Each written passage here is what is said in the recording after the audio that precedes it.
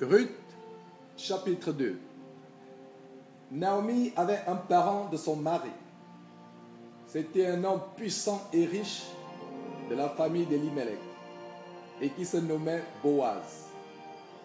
Ruth la Moabite dit à Naomi: laisse-moi, je te prie, aller glaner des épis dans le champ de celui aux yeux duquel je trouverai grâce. Elle lui répondit: va, ma fille. Elle alla glaner dans un champ derrière les moissonneurs. Et il se trouva par hasard que la pièce de terre appartenait à Boaz, qui était de la famille d'Elimelech.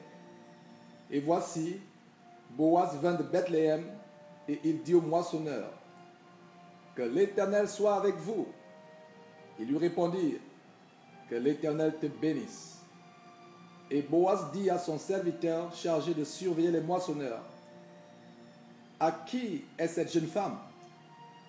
Le serviteur chargé de surveiller les moissonneurs répondit: c'est une jeune femme moabite qui est revenue avec Naomi du pays de Moab. Elle a dit: permettez-moi de glaner et de ramasser les épis entre les gerbes, derrière les moissonneurs. Et depuis ce matin qu'elle est venue, elle a été debout jusqu'à présent et ne s'est reposée qu'un moment dans la maison. Boaz dit à Ruth: écoute, ma fille, ne va pas glaner dans un autre champ. Ne t'éloigne pas d'ici et reste avec mes servantes. Regarde où l'on moissonne dans le champ et va après elle. J'ai défendu à mes serviteurs de te toucher. Et quand tu auras soif, tu iras au vase et tu boiras de ce que les serviteurs ont puisé. Alors elle tomba sur sa face et se prosterna contre terre. Et elle lui dit: comment ai-je trouvé grâce à tes yeux pour que tu t'intéresses à moi qui suis une étrangère?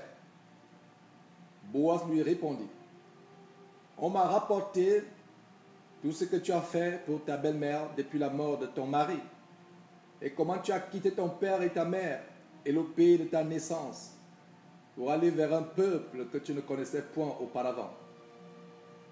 Que l'Éternel te rende ce que tu as fait, et que ta récompense soit entière de la part de l'Éternel, le Dieu d'Israël, sous les ailes duquel tu es venu te réfugier. Et elle dit: oh, que je trouve grâce à tes yeux, mon Seigneur, car tu m'as consolé et tu as parlé au cœur de ta servante. Et pourtant, je ne suis pas moi comme l'une de tes servantes.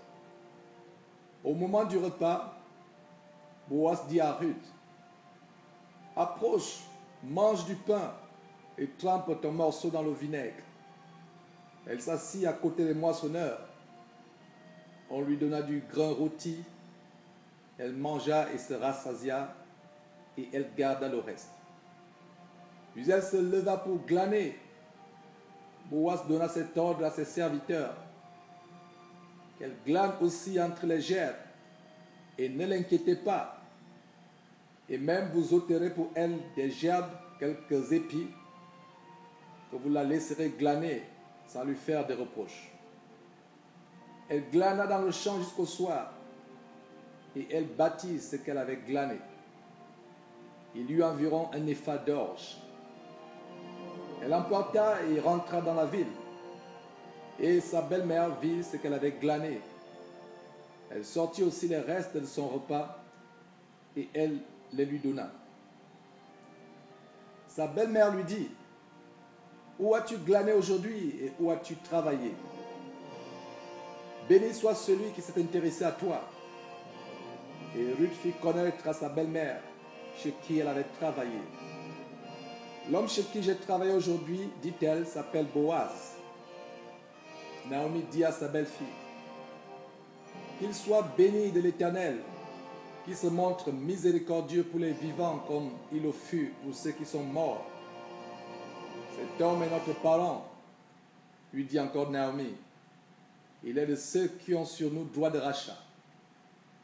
Ruth la Moabite ajouta: il m'a dit aussi: reste avec mes serviteurs jusqu'à ce qu'ils aient achevé toute ma moisson.